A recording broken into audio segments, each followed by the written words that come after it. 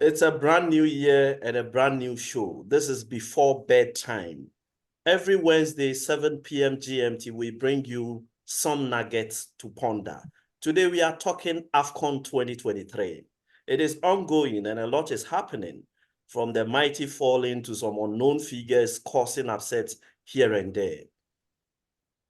I have been joined by two colleagues seasoned in the field to help me analyze and understand what exactly is unfolding across the border in Côte d'Ivoire as the AFCON moves towards the final stages.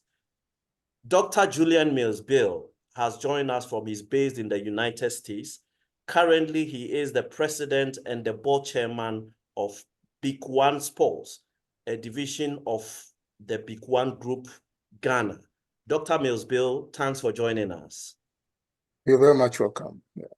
Right. And for those of you who remember him, especially those in Ghana, when he was in Ghana, he was a popular face on Metro TV, on especially Mohammed Amin Lamte's show. For me, I used to watch him with my dictionary in hand because a lot of vocabularies were generously delivered in the course of those analysis and contributions. My other colleague who has also joined me, he's in Accra, Ghana. That is Emmanuel Ayamga. He's the sports editor for Pulse.com. That is Pulse Ghana. Emmanuel, thanks for joining me on Before Bedtime. Thank you very much, too. Right. AFCON 2023 group stage has unfolded with a symphony of skills, passion, and drama on the African football canvas. From the pulsating rhythm of electrifying goals to the tactical bullet choreographed by each team, the pitches have become arenas where nations have clashed in a harmonious battle for supremacy.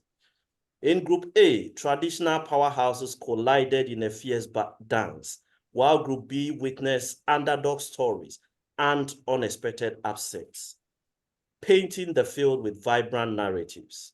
Group C showcased a mosaic of styles as teams navigated the intricate patterns of competition. Group D, a theater of resilience, witnessed spirited comebacks and heart-stopping moments. Collectively, the group stages of AFCON 2023 has been a captivating spectacle, weaving together the rich tapestry of African football with flair and finesse. A lot has happened in the group stages. I want us to focus on the group stages of the ongoing AFCON 2023. Yeah. Dr. Mills-Bill, let me start with you. I know you are not based in Africa, but the Africa can never leave you. That one I can say for a fact. You have been watching from your own corner what is going on, what is unfolding in Côte d'Ivoire. Your general thoughts before we go into the groups, each of the groups, to look at the goals, the upsets and everything, and then we do the proper analysis. Your general thoughts. Right. Thank you, Stephen.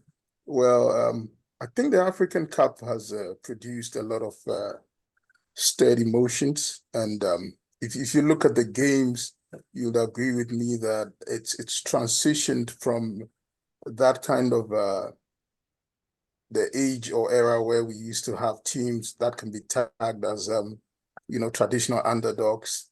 Currently, there's no underdog in the game on the African continent. I can tell you that.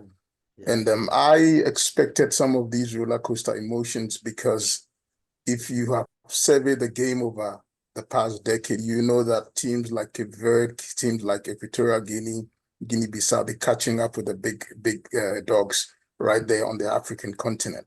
Unknown to many a fan, but these teams have really studied, the game. The game has become scientific, and anybody who adheres to the dictates of the scientific analysis of the game will be able to know that you don't need to be a Nigerian before you can be a good football player. Neither do you have to be a Ghanaian.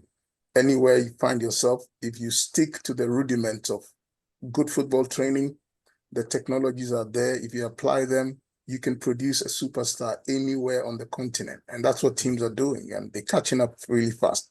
So I expected a mix of emotions. And I knew that some of the big teams will be wailing and gnashing their teeth at the results. And that's what has happened.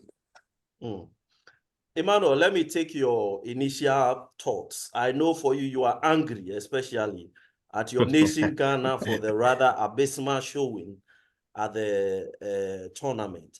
Generally, what are your thoughts on how the groups have panned out so far?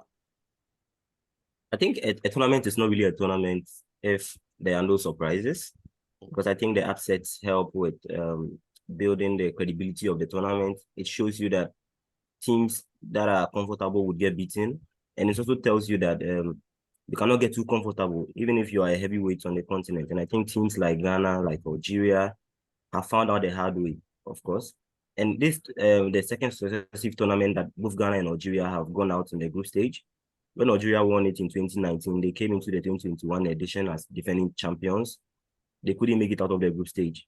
Ghana also went out when they lost to Comoros 2 years ago, and they've gone out again after failing to win a single game in their group stage. I think what it tells us is that, again, just like Doctor said previously, I think when people said there are no minnows in African football, it used to come across as a mere cliche.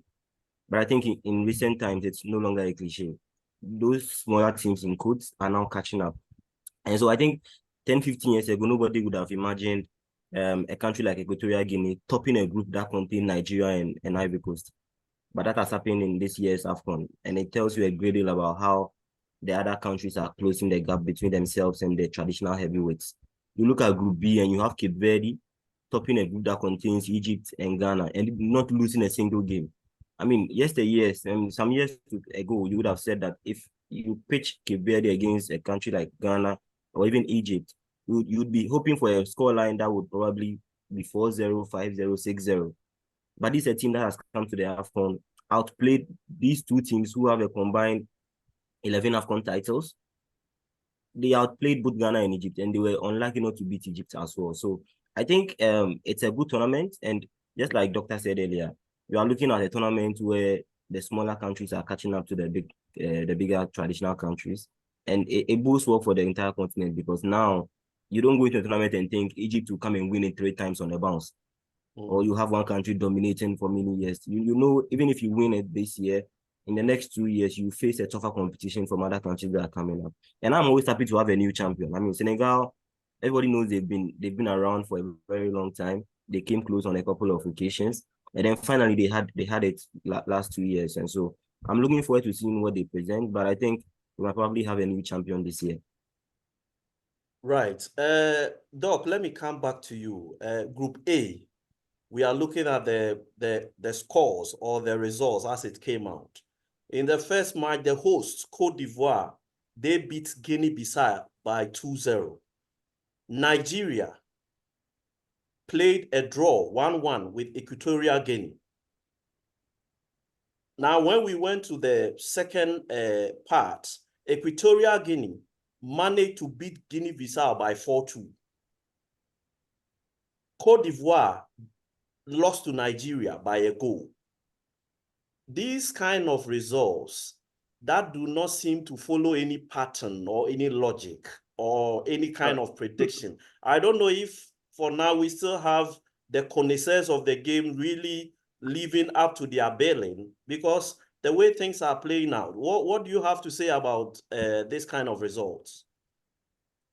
Well, like Emmanuel intimated, you know, when you have a tournament and there aren't any surprises, then it's not a mixed bag of emotions. Then it follows a trajectory of a linear correlationship. You can sit down and pin down Nigeria, pin down Ivory Coast, but the game has evolved. Now, to give you a little background, Equatorial Guinea, most people haven't studied their team. I mean, if you take the football match and you backtrack into their background, this is a team that 10 years ago, under the direction of coach, you call him Coach Dumas Antonio. Now, they brought in Coach Dumas Antonio and what he did was, together with the son of the president, Raslan Obiang, they tried to now naturalize certain players who were non-Equatorial Guinean players or citizens. So they were giving citizenships to Brazilians, to Cameroonians, to Portuguese, to come and play for the team. That even culminated in I think 2013 or 14, they were banned for using an unqualified player. So they came up with a system where, okay, we don't have the local talent. How do we now infuse in some players from other countries to naturalize for? And they got in some Brazilians, some Portuguese. Now, the current top scorer, Emilio Insue, he was born in Spain. So they have that connection with the Spanish community. And then Coach Antonio Dumas tried to inculcate in some Brazilians. So you see some of their players even have like Brazilian traits. They did it on purpose. They'll pay dole out big money to have these players come in. So they had a team which is a mixed bag of talent from different places. You get what I'm saying? So when they come into the tournament, you might underrate them, but they know what they're doing. Like I call it a Trojan horse of tactics.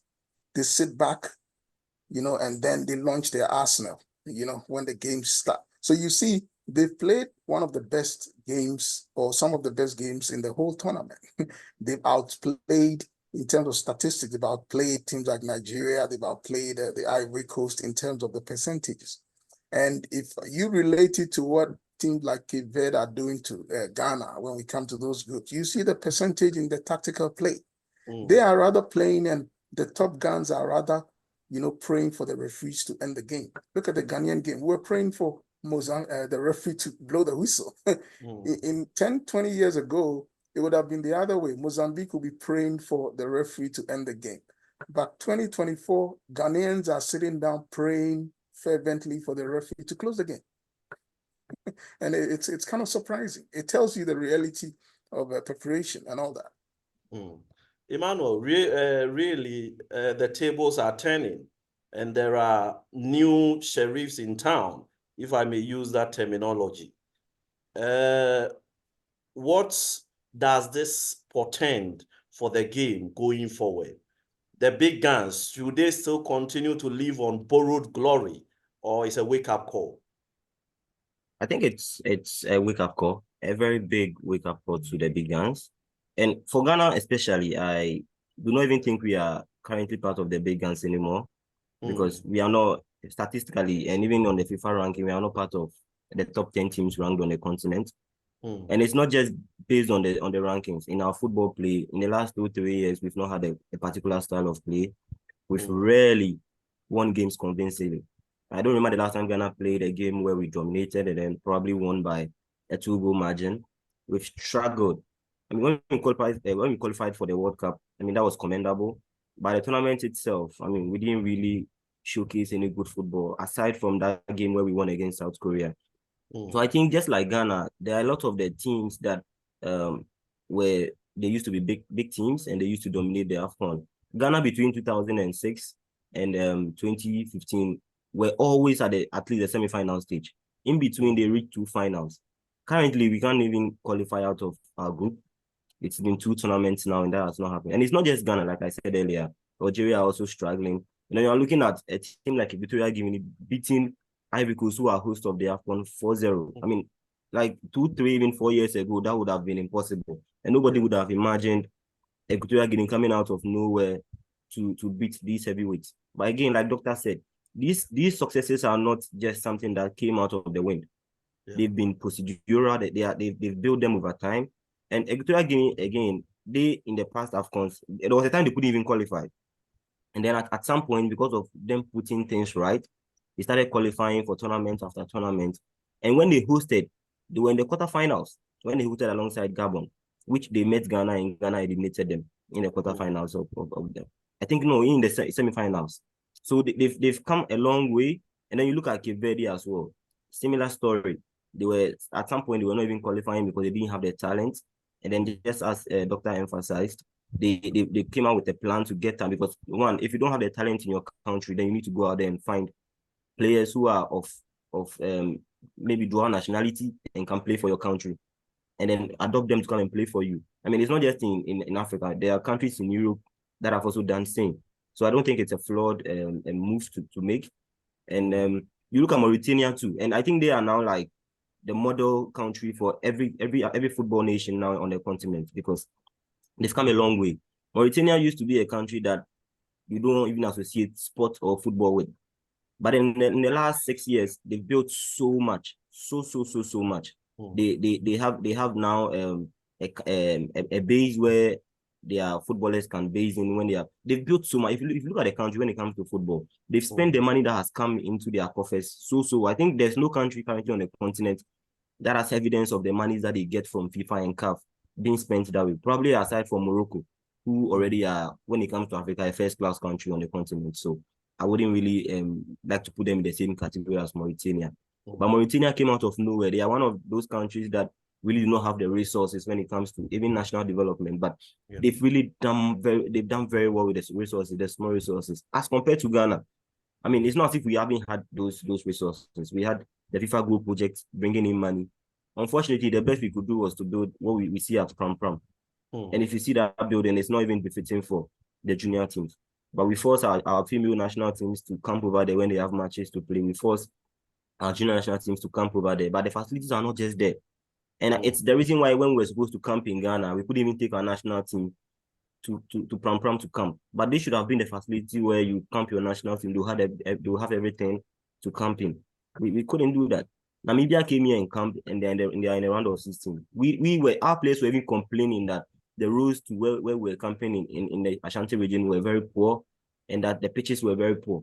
So I think it's something that we need to change. And if we don't, then a time is coming when Ghana will not even be in the top. Right now, we're not even in the top 10. We've not been in the top 10 for close to 2 years now. A time is coming, we're not even be in the top 15. And if we don't change our ways, I assume that countries like Mauritania will overtake us in years to come. Egypt struggled to a 2-2 draw with Mozambique. Cape Verde beat Ghana by 2-1. Egypt and Ghana shared the points on a 2-all draw. Cape Verde beat Mozambique by 3-0. I am wondering, Ghana and Egypt are countries that were possibly any child that has seen them play before will immediately put them ahead that, oh, this match is a done deal. This one is a done deal. Is it that our systems, like you said, and Doc also said, over the period, we have not developed, so we lack the materials to replace those that are aging, or it is a thing of pure complacency that we are going to have a walkover, so we do not need to do the homework to deliver what is expected of us? Doc, let me pick your thoughts on that. Yeah, I think you hit the nail right where it's supposed to be positionally. You look at the time when Ghana was excelling. We went to the 2006 World Cup. We went to 2010, 2014. We missed 2022. Went to, 2018 in Russia. Went to 2022. Now, if you look at the development cycle, just like Manchester United is experiencing now, you peak and then there's a drop. So when you get into that drop zone, or you predict that sometime along the line, the Lyakistins, the Stephen Appiahs, the ACNs would dip in form. So then what do? You don't sit and wait till the dip in form meets you at the crossroads. So that's Ghana's problem. We were excelling in the World Cup. We went to the quarterfinals in 2010. We're so excited. And then you could see that those players that took us to that pinnacle of our success were dipping in form. But then we sat down, like my brother said, Emmanuel said, failed to utilize the resources, thinking that it was going to be a fair weather day all the time. Yeah. But reality caught up with us. And now we're struggling to play catch up because of that generational gap.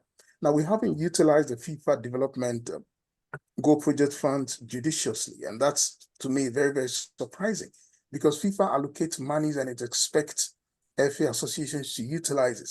Like my brother rightly said, look at a facility like Pram Pram.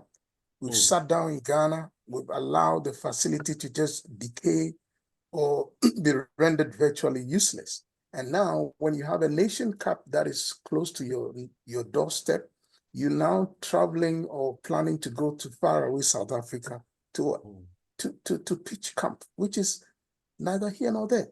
So it's a progressive kind of decay or decline that has made Ghana sit in its current position. And let me give you some statistical trend line.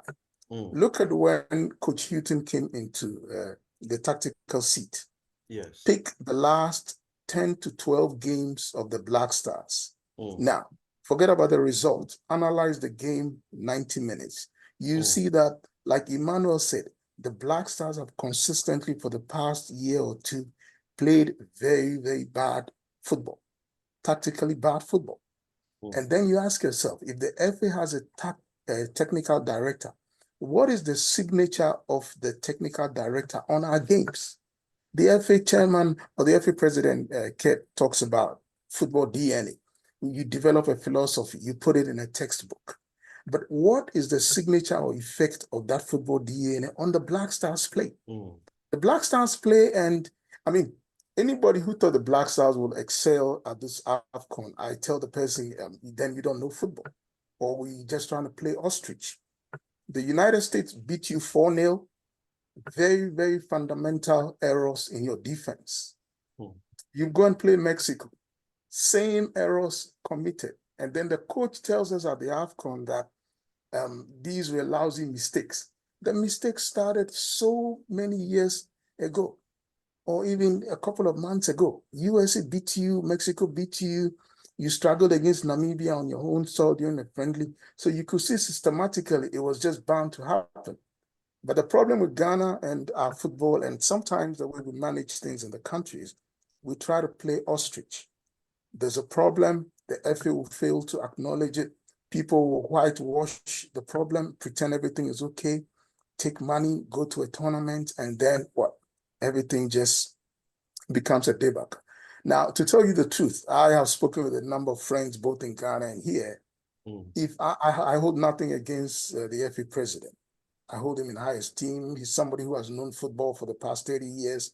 He's seen all from coach level or juvenile level. Ket has seen it all. With the past 5 performances of our national teams, if you ask me, I'll tell you, in any serious country, Ket Okriko should resign.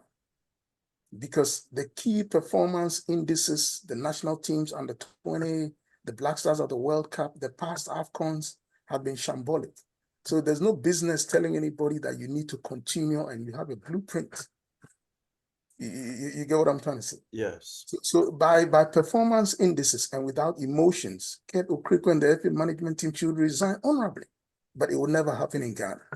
Now I understand that a team has been constituted to what? To look for the for a new coach. Now I tell you something. After that announcement came up, the requirements for the coach has been what? Outlined. How do you do that when the management that you've constituted to look for the team coach hasn't even held its first meeting? And then you tell us these are the requirements you're looking for. If you know the requirements already, then why do you put up a team to go look for somebody? you get what I'm trying to say? Business as usual. Exactly. So it tells you it's business as usual. And one thing that hasn't really helped in Ghana football is the FAs live with a certain philosophy that if they don't change, I don't think Ghana football will go anywhere. And that's the philosophy that there's a certain group of football people who can customize football and make it their baby. You don't do that. If you want to develop football in any country, you develop the products and then you welcome stakeholders. Who are the stakeholders? The stakeholders are you and I, the people who go to the stadium. And that's why they're struggling to keep up the local game. Because when you tell somebody that you, a group of people called football people, own and want to have command over our game, then people will not go to the stadium. Because there are a lot of competing things that people can use their money for. You get the point. So there's a systematic issue about it. Starts with the philosophy of what they think. They think Ghana football belongs to them, a certain group of people, and that they customize this and use it as their baby.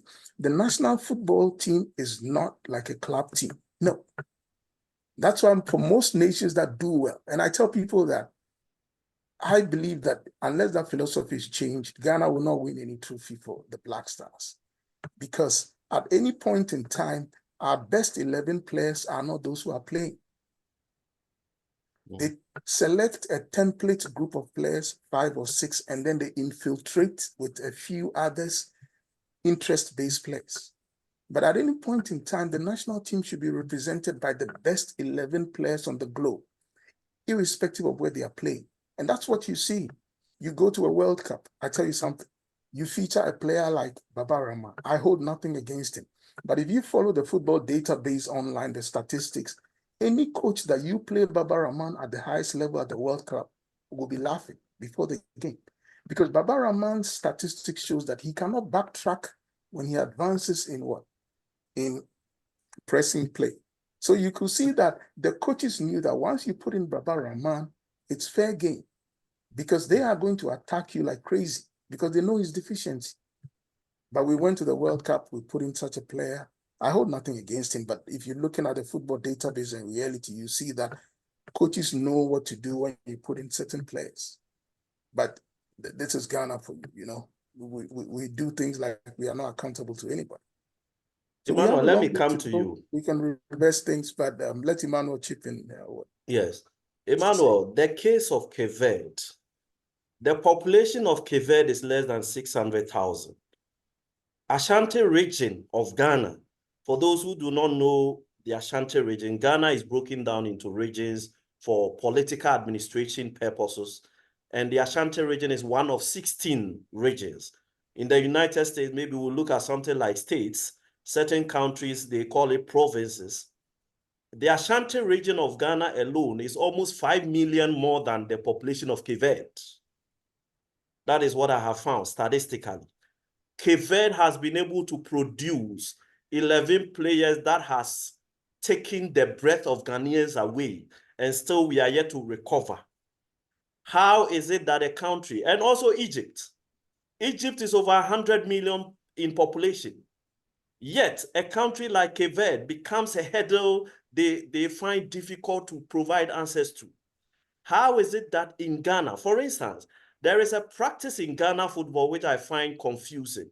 Helmsmen of Ghana football now own clubs. So you see, this is the owner of a certain football club, and the football club is in Division 1, the Premier League, what. At the end of the day, you see all manner of names appearing and manifesting where they shouldn't be. Emmanuel, how did we get here? How did we get all this wrong? We have more than 30 million people in Ghana. Can't we produce the best 11? Okay, so what you were saying, let me start from where you ended with Yes. people being owners of clubs. I think everybody has the right to invest in football.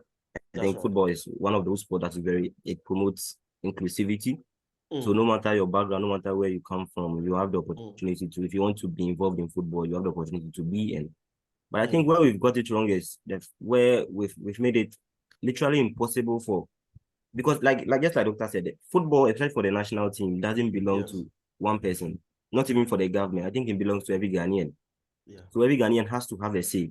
But we've reached the level where when things are not going right and people speak against it, it becomes like, oh, you are not part of the administration, you are speaking against the administration. And so you are, in quotes, a hater.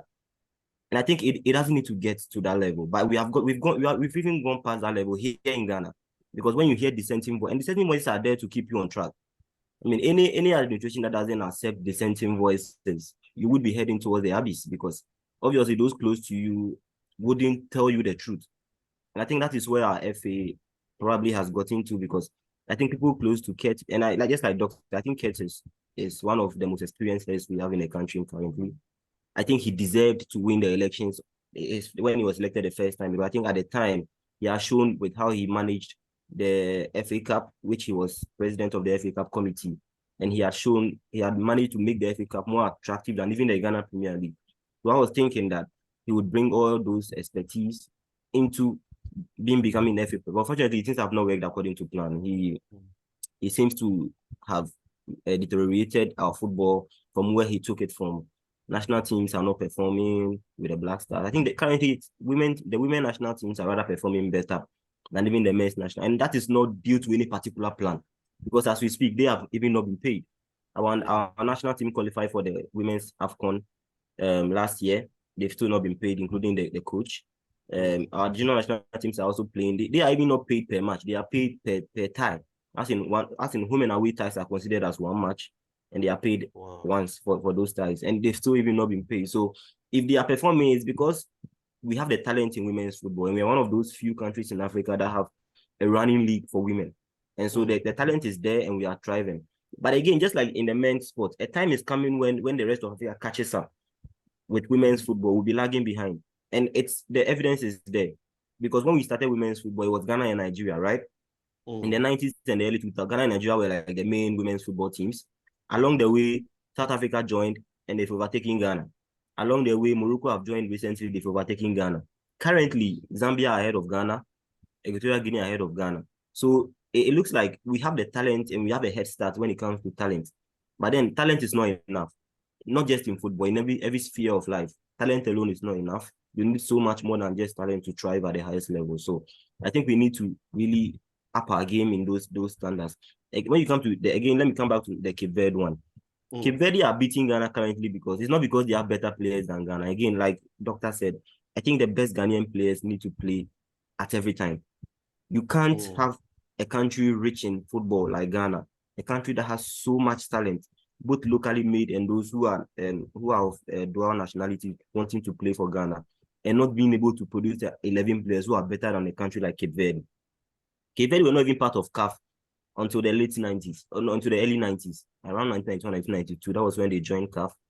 They didn't qualify for the AFCON for so long until 2013 when they made their debut at the AFCON and they got to the quarterfinals. Since then, they've been in and out, sometimes in the group stage, sometimes at the round of 16. And I just could not imagine them coming to the AFCON and then beating Ghana and Egypt to the top of a group table. I could never have imagined this, even if you asked me the day before the tournament started. But it is happening, and it is because those two countries are probably sleeping. Egypt are lucky because they have a league that is functioning in their country. So I think if you compare the Egypt situation and Ghana situation, Egypt, I think, is more of a lack of talent because they've had their golden generation, the ones that won the AFCON 3 times on the bounce, and they are now trying to rebuild the team.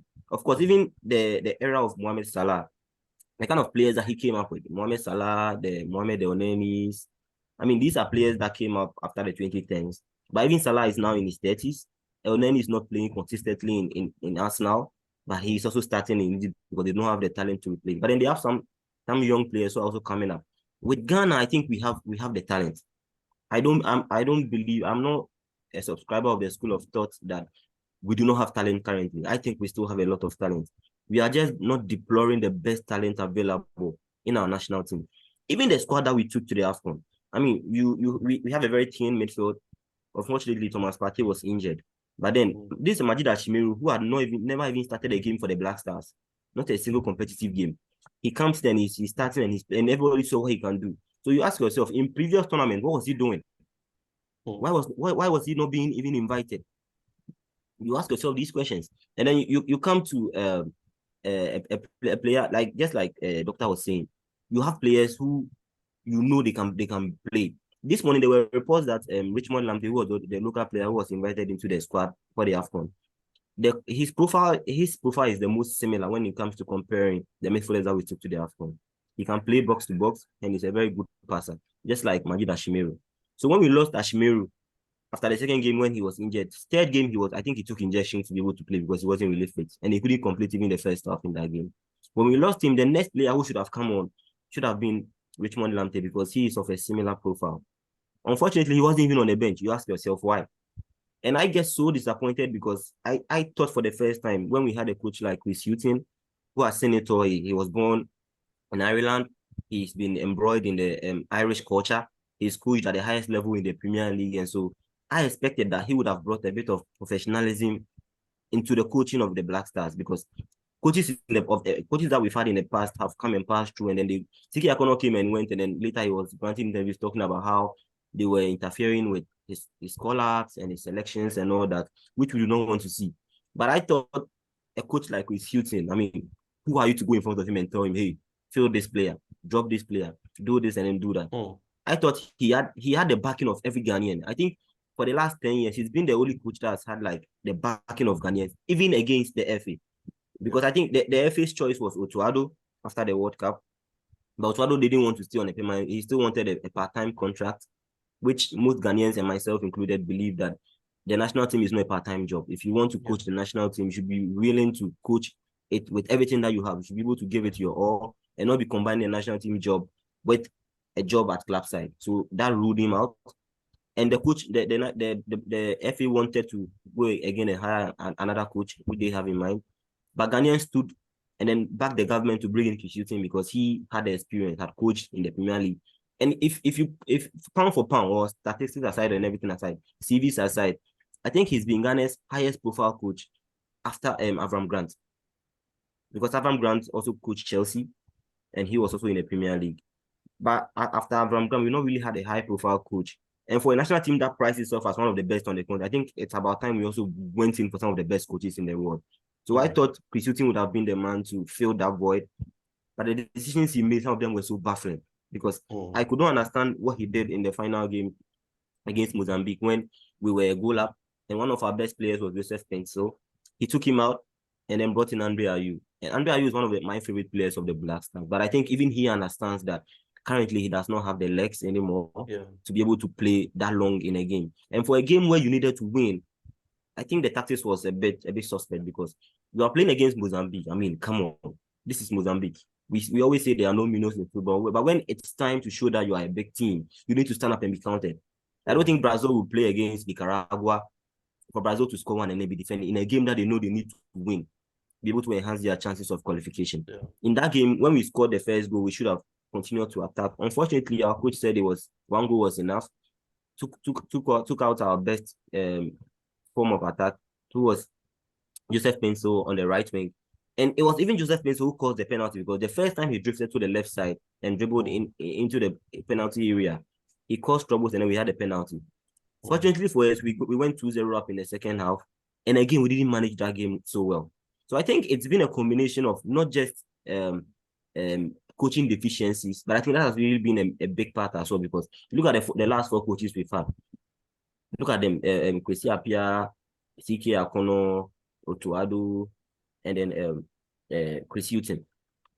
All of them have really had their deficiencies, but I think it's a combination of things that we've not had right from the FA's management of the national team. Because I mean, there are so many things we can talk about. I don't think we even have the time to delve into them one by one. But I think there are so many things that we've done so wrong in the past. And there was a time when we had the Asians and the Muntaris and the Asamoah, those were talented players who also had character. They didn't just have talent, they had character to stand out when it mattered most. So the talent really papered over most of the cracks that we were having in the past. Right now, we do not have players like that. We have raw talent that we need to now shape into winners. And because of the mistakes that we've committed in the past, and we didn't really make the effort to correct them, we are now paying for it. Doc, Senegal seems to be doing something right in Group C. They won every single match and they did so emphatically. They ensured that they answered every opponent's question without leaving anybody in doubt about what their intentions were.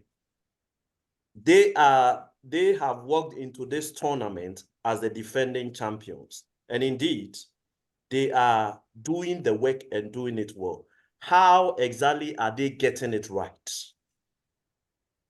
Well, I think if you look at the football trajectory of Senegal, African under-17 champions, African under-20 champions, the CHAN, which is the local version of AFCON, they're the champions. You look at players like Nicolas Jackson. You look at Lamine Camara of Metz in France, the current best youth player on the African continent. And I mean, you put even all these aside, when you watch Senegal, look at the tactical and the technical ability of the players. You can see that they are right there, very high standards. If it's the defense tracking, they're doing it efficiently. When they are moving, they're moving like a loom, they're moving like a machine. The team is well oiled. But on the bench is Aliou Cisse, who is a local coach. So it tells you that even sometimes when the football structures are right, it doesn't matter whether whoever is on the bench is a foreigner or a local. When the football structures are right and there's a developmental path, under 17, under 20, under 23, the national team, there has to be a good progression. Now, if you ask the average Ghanaian to name even the best players of our under 17, under 20 for the past 3 or 4 years, they wouldn't even be able to mention 5 players who are pure talent. That tells you that the Ghanaians even don't even know what is happening at the developmental stage of our game. Hitherto in the past, average Ghanaian can even give you the lineup of the under-17, the under-20, and what have you. So we have a big problem, which Senegal is getting right. Burkina Faso is getting it right. Mali is getting it right. But the focus being on Senegal, I think they've done a really good job. They are investing in structures. You look at the stadium that Sadio Mane quite built recently. The FA is also investing the FIFA money really well. You see, if you claim that you don't have funding, FIFA gives a certain portion of monies when you go to tournaments. What do you use those monies for? And teams like Senegal are really investing because football is a unifier, is a very solid tool that you can use to unify your country. And when I see Senegal play, they really play like a European team, very efficient. All the blocks on the football field, well oiled. The team is moving. Sadio Mane, the leader, there's inspiration on the field. And I will say they have the best talent playing in the European leagues. You look at Koulibaly, you look at Sadio Mane, who is even in Saudi Arabia. You look at Kamara, Nicholas Jackson. Look at Mendy, the goalkeeper, top notch. And I have said that to win a tournament or any competition, it starts from the goalkeeper. Because in certain situations, your goalkeeper becomes your last line of defense. So when you're building your team, and look at Ghana, I mean, you pick Richard Ofori, very inactive goalkeeper for the past 2 years. He's been very inactive. So if I'm your opponent and you put in somebody like Richard Ofori, I'll be laughing because I know that this is a very inactive goalkeeper, that when it comes to stretch, you'll be deficient. So we have to hail Senegal. They're doing everything right, winning all the games, but then the structures, because like the good book, the Bible says, if you fail to plan, you are just gonna fail along the way. And God is not mocked. For whatever a man soweth, so shall he reap. So we're reaping the results of what we sowed. Senegal are also reaping the results. And I love to see them again, the Ivory Coast there. Emma, let me come to you. I want to zero in on Ghana for the sake of time. The Black Stars, since Kets Okreku took over as helmsman of the Ghana Football Association, we've had CK Akono take charge of the Black Stars. At a point, there was Milovan Rajvac, Otuado came in, and then Chris Houghton. Now, between them, in terms of the win rates, the local coaches seem to have done better than their foreign counterparts. For instance, and I got these statistics from Joy Sports, Otuado played 10 games. He lost 4, won 4, and drew 2. That is a 40% win rate. Raiva Milovan, he played 8, lost 3, won 3, and drew 2. Otuado played 12. He lost 4, won 5, and drew 3. Chris Houghton, 13 games, 4 losses, 4 wins, 5 draws. Now, the win rate, CK Akono is at 40%, Raivac is at 38%, Otuado 42%, and Houghton 31%. None of them is even up to 50%, but at least among them, we see that there is a certain local coach statement being made by virtue of their percentage contributions or their percentage performances. In this short period from 2019 up to this point, we've had about 4 different coaches take over the Black Stars. A lot has been spent on the team, so much money. You just mentioned that one of the female teams, they've not even been paid. But Black Star players keep getting almost everything they ask for. I'm going to give you some statistics from 2019. AFCON budget 2019 was $4.5 million. Now, that same amount was the winning money for the eventual winner of that AFCON. When Black Stars were eliminated, they had already spent that much the amount the winning country was going to earn at the end of the tournament. Doc, I know you as a businessman, if you are going into a business, you are investing 4.5 million and you are earning 4.5 million. Maybe you may choose to let your money lie under your bed, I suspect. Now let's go to 2021. We spent 2.5 million. World Cup 2022, we spent 5 million out of the budgeted 8.5 million. That is at the group stage elimination. We had spent 5 million. Now, the World Cup, the qualifiers for the World Cup, each of the qualifiers for Qatar 2022 cost the country $700,000. Let's look at AFCON 2023, which is ongoing currently. The qualifiers alone, we spent $1.5 million. As for the tournament, we are yet to hear the budget. It is also going to be another million something statement. This Black Star appears to be what I call the over-pampered child in Ghana football. Are these investments worth it? Are we putting our monies right? Is there something we need to do for these players to sit up? What exactly is happening? Ima, let me take your thoughts. Okay, so on investment in football, I think investment in football is absolutely necessary. Yeah. What has happened in Ghana is that we really have not invested the money where it should be. So, for instance, you talked about the World Cup. You remember what happened during the 2014 World Cup when we flew cash, went up to 3 million in cash to Brazil to pay our players when they were agitating for their bonuses. That's the airborne bullion van. That disgrace, international disgrace, which was aired on global, on national television in Brazil all the way. I mean, there was a commission of inquiry. There were suggestions that were made to be able to make sure that these things do not happen again. One of the suggestions was that what came out from that commission was that we were paying not players, management members, 100,000 as appearance fees. These are members who are not playing football. They are just management members. So let's assume the management members were even just 5.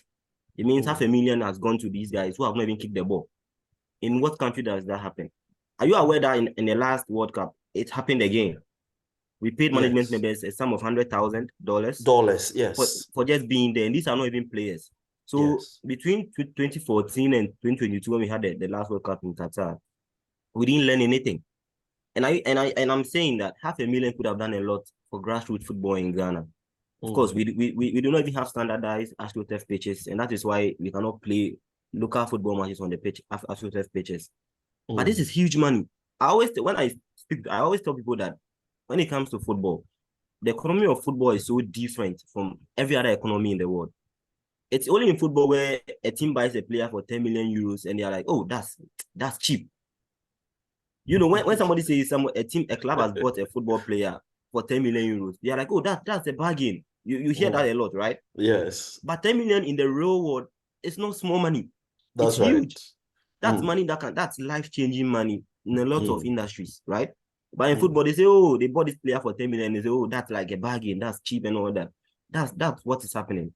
And it's because most Ghanaians and the politicians especially, they've not tuned their mind towards what the football economy is about. The moment those who know are the ones who are like, they are there already. They are already putting themselves, they are becoming football people themselves. And that's why when the ministers come in and they realize, oh, okay, so there's money to be made here, it becomes like their hands are tied. Because I can't remember the last time we had a minister who stood on his ground and said, we are doing things this way. Because government funds the national teams. I mean, when the budget comes, government is the one that brings the money. When we asked for the budget for the current AFCON, the minister went to parliament and said they could not give us the budget and that the budget will only be released after the tournament, which means they didn't even know how much they were budgeting for the tournament. This does not happen anywhere in this world. So I think we've made so many mistakes in the past. And if you ask me if things will change, I don't really know. Honestly, I do not know, because these are the same people running our football and they do not see anything wrong with what they are doing because they are making the money. I mean, if I'm a management member and I go to one tournament, aside from all the per diem that I'm paid, I still get $100,000 as appearance fee. These guys will continue doing what they are doing because they are making the money at the detriment of the football that is supposed to grow. Because tell me what 500,000 can do for football in Ghana. It can do a lot. It can do a lot. You have a league that is suffocating because there are no fans, and even the main sponsor has pulled out recently. You have grassroots football where coach teams are lacking football boots, they are lacking investment. Football clubs in Ghana cannot even cater for the salaries of their players. You have women's teams that are not being paid. And compared to the national team, they take the lowest bonuses, the women's teams. Although they are the ones who are currently doing very well. They take their bonuses are not even half of or even a quarter of what the male national teams are taking. Indeed, the women went to World Cup first. That is at their highest level before the Black Stars ever qualify for their maiden World Cup. And last year they were on a run of they lost just 1 in 13 games last year, 2023. So they are currently doing better. Why are you not paying them? What do they have to do for you to pay them? And it's not, it's not like there's a lack of funds, because just like we discussed earlier, a doctor said, the FIFA Goal Development Fund was already there. I mean, these are things, they are, as a member of FIFA, there are monies that come to you that you are supposed to use to do certain things. You are not using, it's not your personal money. It's not as if like, take out money from your own pocket and do the things that we are asking for.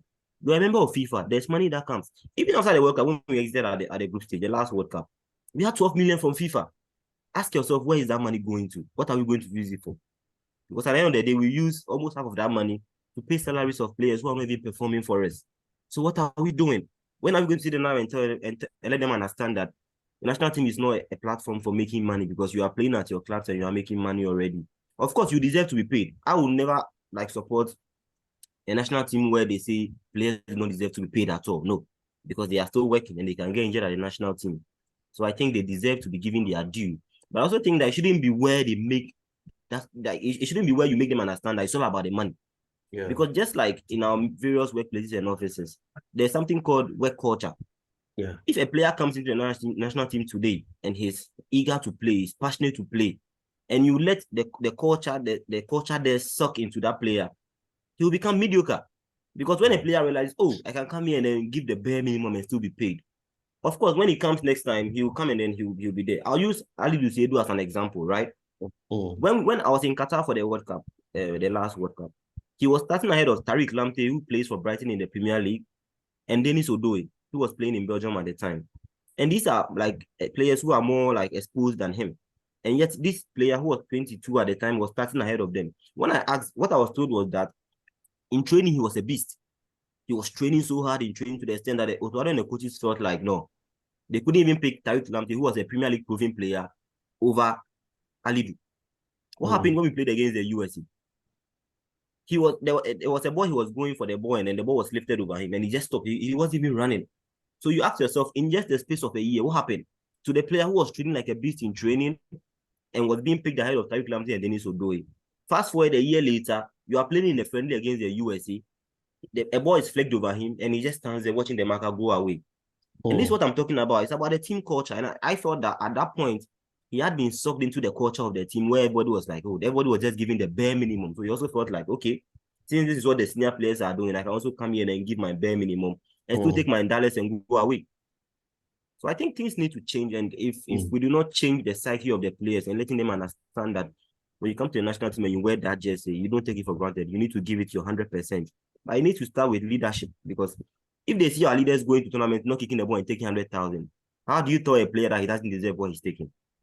So I think things need to change. Otherwise, we'll just be recycling the same results and the same performances every year.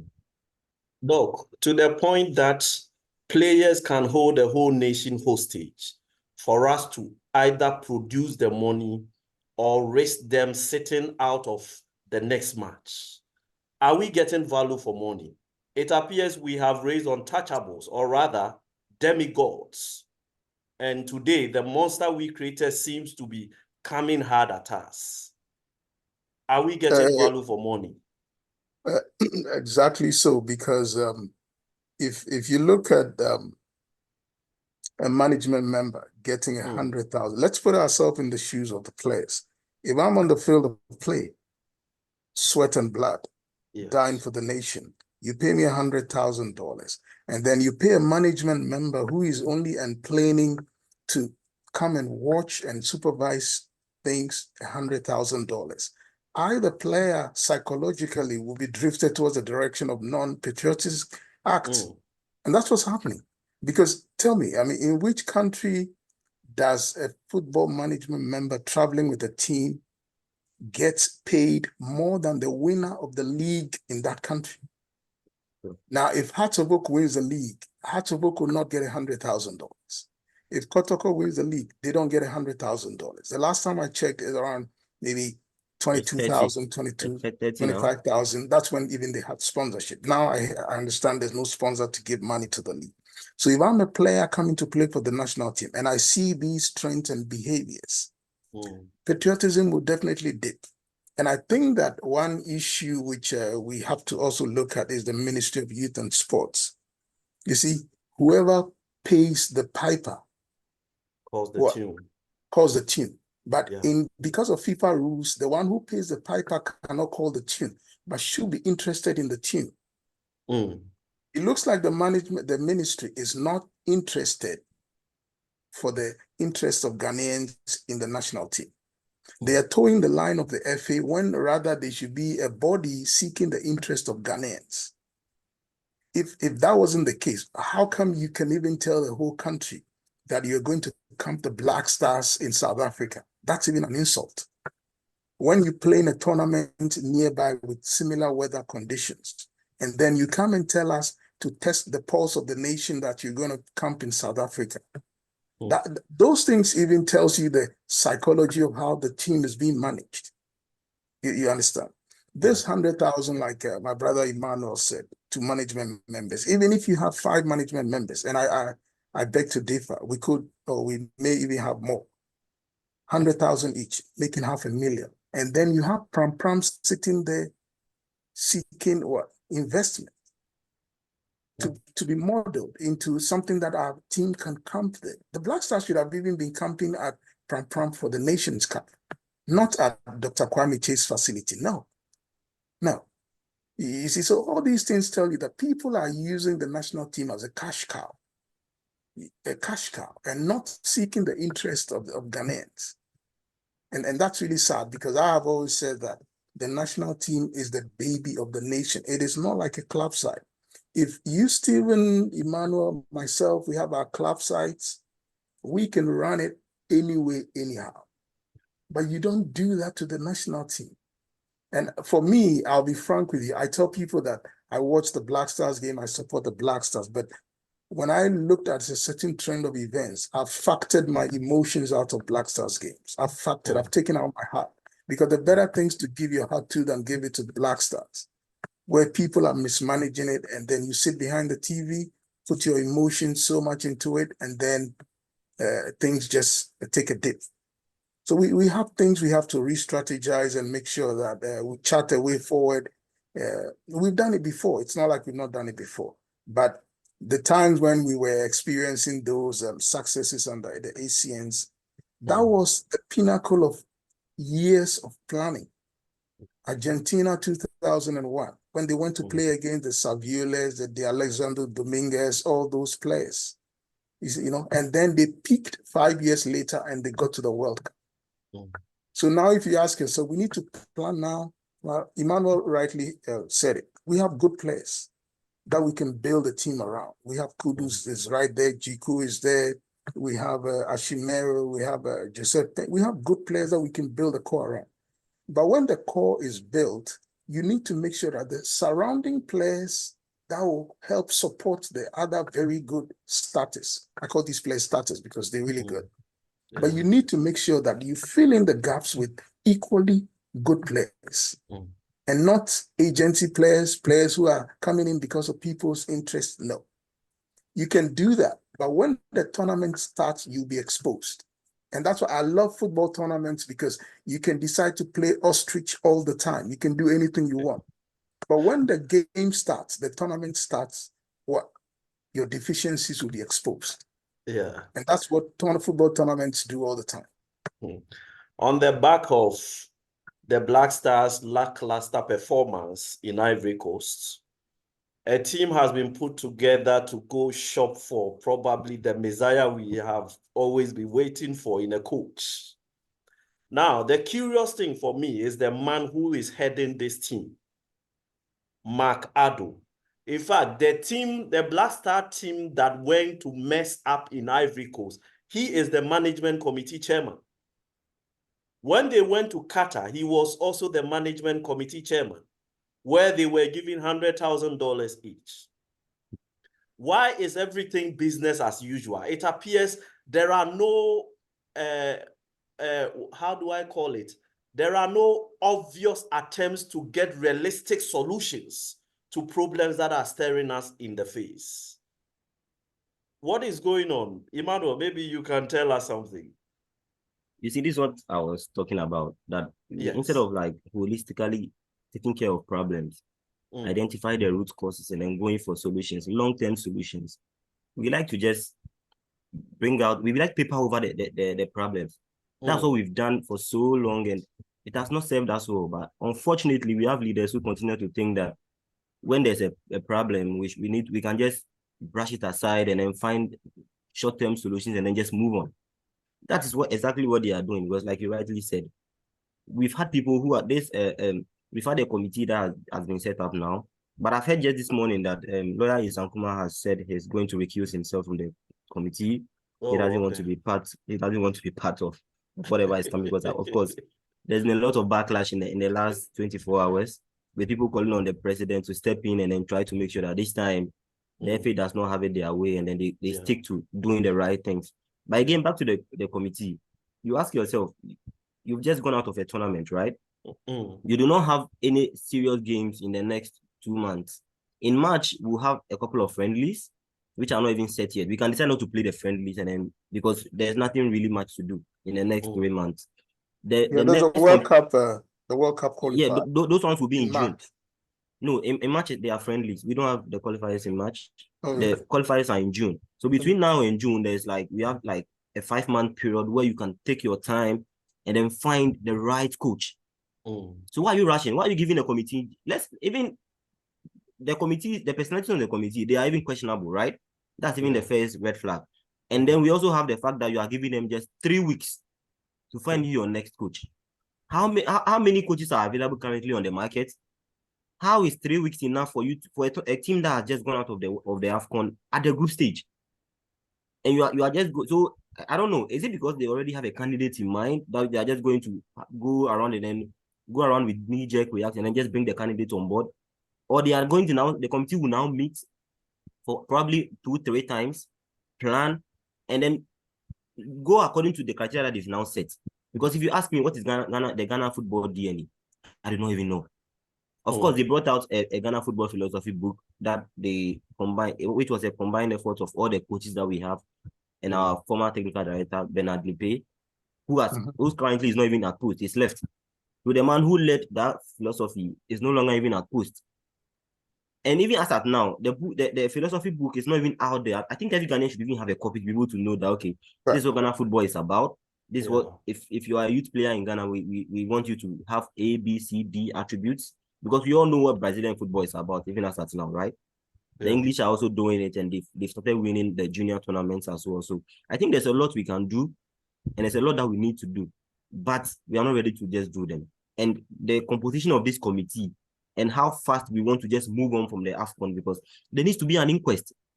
People need to answer for what has happened. It looks like it's business as usual. Like, you've gone to a tournament, you've exited at the group stage, let's just move on. There's been no apology to the public. The FA president has not said anything about the humiliation that we suffered at the hands of a team like Mozambique and exiting the tournament at the group stage. And we are just moving on. There's no recompense, like there's no consequence for what is happening. So, and I don't, you see, and the thing is that, unfortunately, just like when we started with this program, they say, in quote, football people, they are the ones who can say something and for it to be taken seriously, because myself and yourself, there's nothing we can do. We can just talk. Whatever we say doesn't really affect the fate of the FA president and whoever is imposed at the FA. So the football people needs to be the ones to lead this conversation.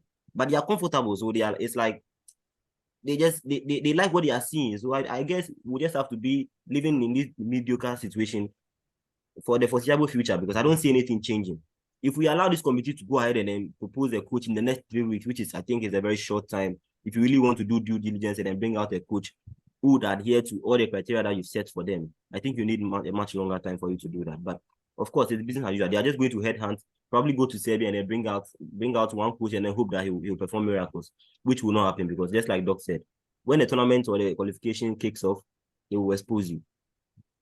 Doc, let me wrap up with this question. Ima, I'll also come for your thoughts.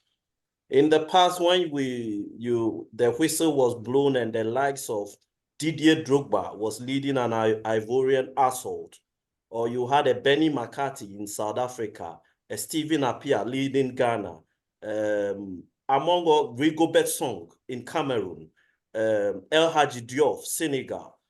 I mean, those were names that the very mention of the lineup could put fear in some other country. How can the so-called big guns that are falling by the wayside today, how can they get it right to win back their position or their glory, which once made them dreaded on the continent and made the game even much more beautiful? Because I'll tell you what, Doc, whether we like it or not, when I hear Nigeria is playing Ivory Coast, I am interested in the match because they have a track record. And those things easily play in my mind for me to expect something more scintillating. Sometimes they will flatter to deceive because the very crop of players today are unable to hold their own against the dizzying track record and credentials of the people who earn the reputation for them. How can they get it right? Well, I think that football is an ecosystem, and even the advertising companies, they love to see Ghana, Nigeria. They love to see Ghana against Egypt. They love to see Ivory Coast against Senegal. They love the big games. The reason being that those big games, you know, it goes beyond the four corners of the football pitch. You have a massive entourage of Nigerians. You know, have the whole, I'll say, the heartbeat of the countries, you know, following the team. So it's not only Ghana, Nigeria players, Drogba against Osimhen on the field of play, but then the whole population comes with a heartbeat. And that's what the big companies, the Coca-Cola, they love to see those signature moments. Now, for these countries to be able to resurrect their football fortunes, I'll say that they have to go to the fundamentals. And I work with a number of scouts in Nigeria, in other parts of the country, the continent. And you see that for Nigeria, they're trying to put the structures in place, the structures that produce the JJ Okochas, the Emmanuel Muni case, you know. Yeah. And Nigeria is a big, sprawling country where they can litter those academies right across the country. The same with Ghana. I mean, if we want to rediscover our football philosophy, you know, we have facilities, we have inter-schools, we have all these things that we have to invest money into. You know, the winner of the, let's say, regional tournaments in Ashanti region, Bono region, the Volta region, etc., should come to Accra or come to a major city, big expose kind of tournaments. The best player gets good rewards. We need to whip up the enthusiasm at the developmental level, you know, because at the national team, the player has already learned all the technicalities or all the deficiencies that they carry over from the youth level. So that's not when you're teaching a player to be able to do anything magical. If you want to develop a magical player between age 15 to 19, you will know if this player will be a magical player. And now the football FA says they have a football DNA. I tell you what, that thing is a joke to me because the past 2 years, look at the striking department of the Black Stars, two key areas. We've leaked in a lot of goals. It means our defense is not watertight. We lack a playmaker. We lack a goal scorer. Since Asamoah Gyan exited, we haven't scored enough goals. So it means that technically, that football DNA that was developed about 2 years ago is not having any signature effect on the team. That technical director position that was the gentleman was paid for a number of years was for nothing, because you cannot see any signature effect on the national team, the Black Stars. You got the Manchester Cities that we see, they have a football technical director, and you can see their effect on the team playing. You know, so we need to right our wrongs. It's something that the thing with football is, I mean, once you dip in form, you can rise up, you can dip in form. So it's a cycle. But if you ask me, I'll say that we cannot stop the World Cup, but we have time in terms of the qualifiers. We cannot say, oh, we banned football, we want to go to reset the settings and all that.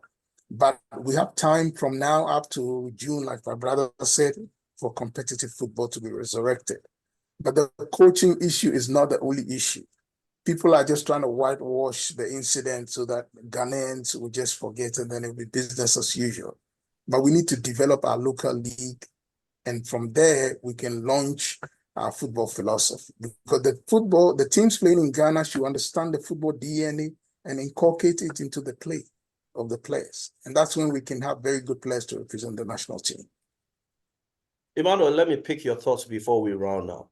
Now, is the answer to the question I asked all about the best technical hands, or we need a complete house cleaning that will ensure that every aspect of the game contributes to a resounding impact? I think we need a complete house cleaning, but I have just one word for what I think we need. I think we need to be more intentional. I think we've never been intentional with our football. It's just been about waiting and then seeing talent around the globe and then picking them and then hoping that they will come together and then like bring us results. It hasn't worked. So I think we need to begin to come back to the basics and be more intentional. The solution to everything we are seeing is academy football. Because when in our golden generation, when we produce the teams that qualify for our first World Cup and then reach the semi-final of every AFCON for 8 straight AFCONs, it was based on the backbone of players from Liberty Professionals, right? Because we had ACN, we had Asamoah Gyan, we had players moving from the Ghana Premier League straight to the Europe's top leagues. Currently, we do not even have that.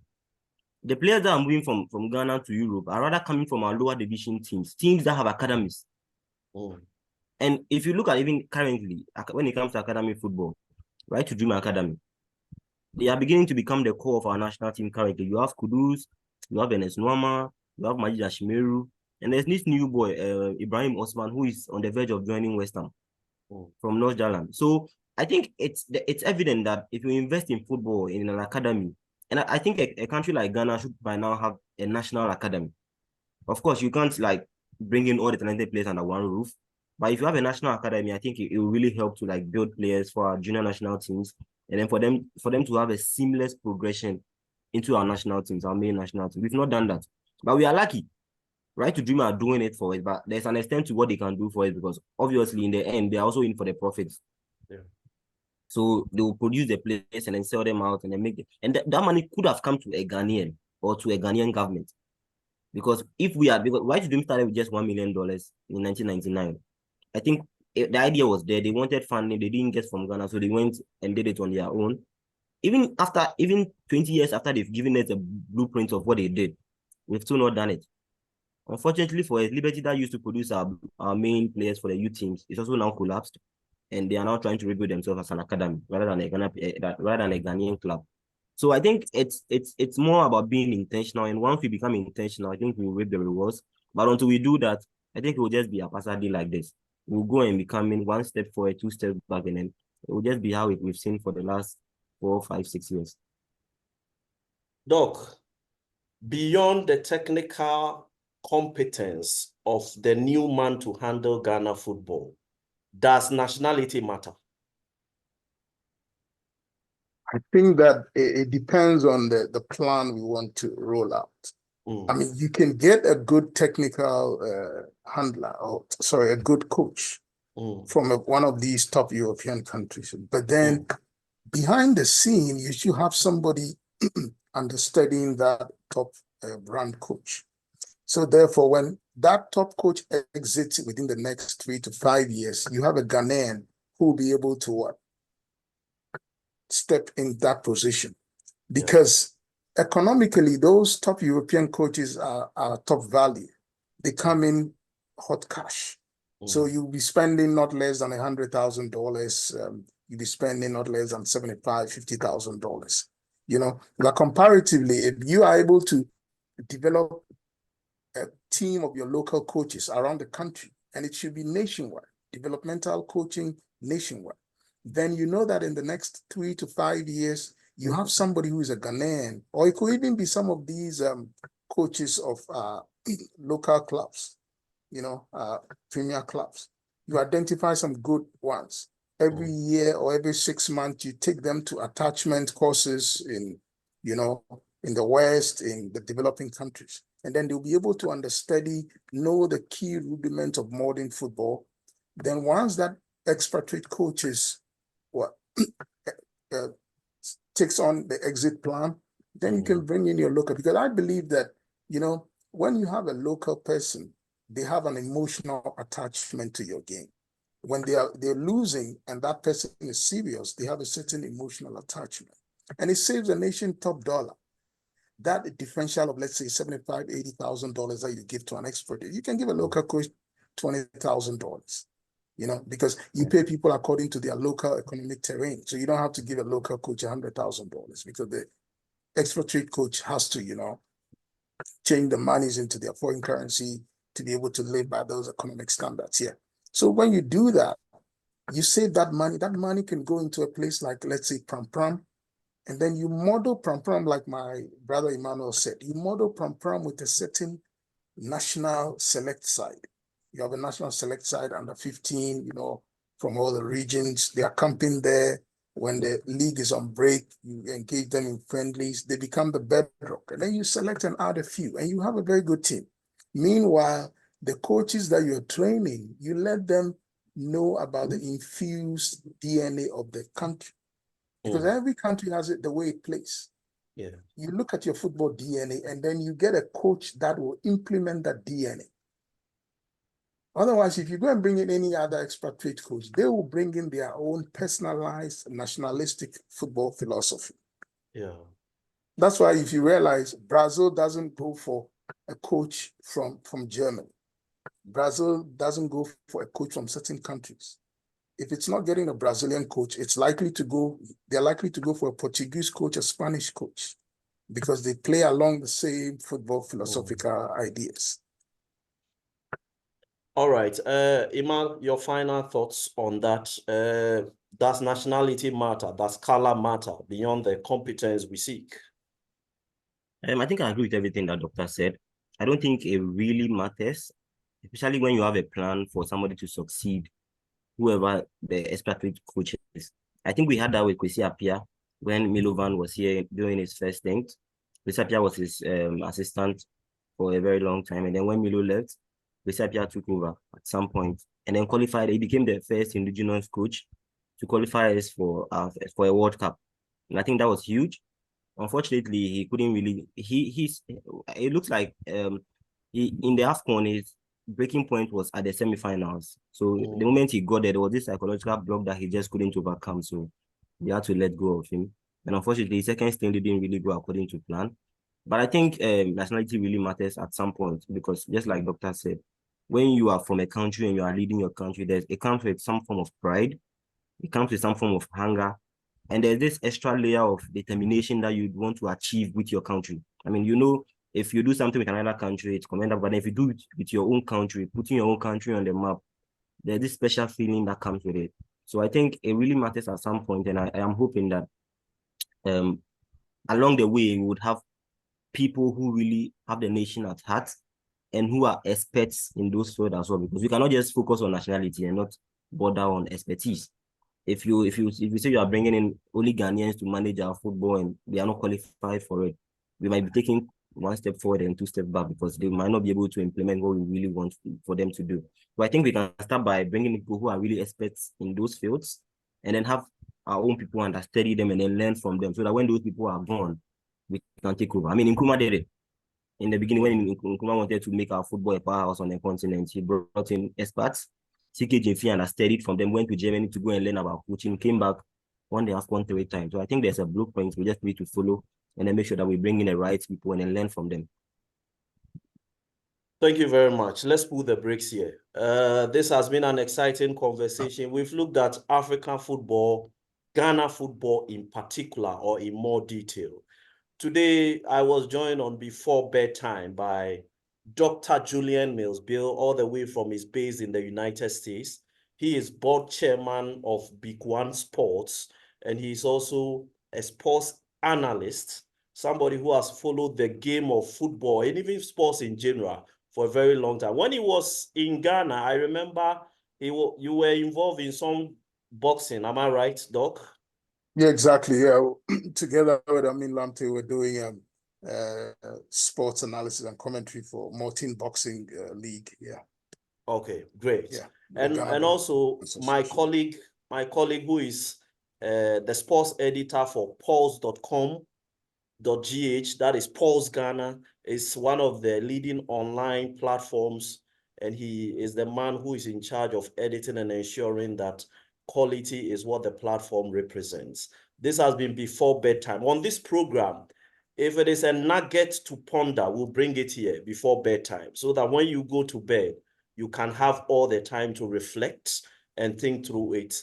By the break of the next day, you would have picked a thought or two to be able to act on. Thanks for joining us. And gentlemen, thank you very much for your time. Truly grateful for your time and thoughts. Thank you very for much. me. It's a pleasure. Right. We'll be back next time with another edition. And we'll have another topic of interest to you, where we'll get panel members who know the issues, who can speak to the issues. They will join us and they will do justice to them. Bye for now.